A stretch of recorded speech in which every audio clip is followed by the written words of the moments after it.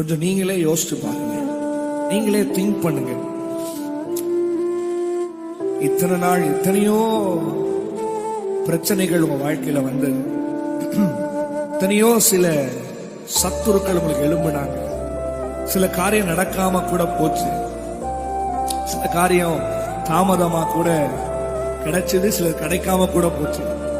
சில காரியத்துக்கு அலைஞ்சீங்க, சில காரியத்துக்காக நீங்க உயிரை கொடுத்தெல்லாம் நேசிச்சீங்க, டைம் எல்லாம் அதுக்கு ஸ்பெண்ட் பண்ணீங்க.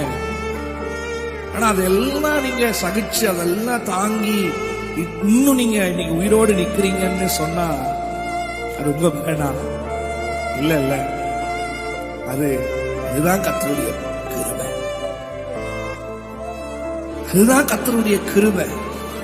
பவுல் சொல்கிறார், நான் இத்தனையும் சகித்து நான் நிற்பதும் நிர்மூலமாக இருக்கிறேனே, அது நான் என்னுடைய பலனோ இல்ல என்னுடைய சகிப்பு தன்மையோ இல்ல நான் எனக்கு ஏதோ ஒண்ணு எக்ஸ்ட்ரா இல்ல இல்ல இல்ல, அதுதான் கர்த்தருடைய கிருபை. அது இருந்ததுனாலதான் நீங்க இன்னைக்கு வரைக்கும் டுடே நீங்க மட்டும் கிருபை இல்லைன்னா உங்களெல்லாம் என்னைக்கோ முடிச்சிருப்பாங்க.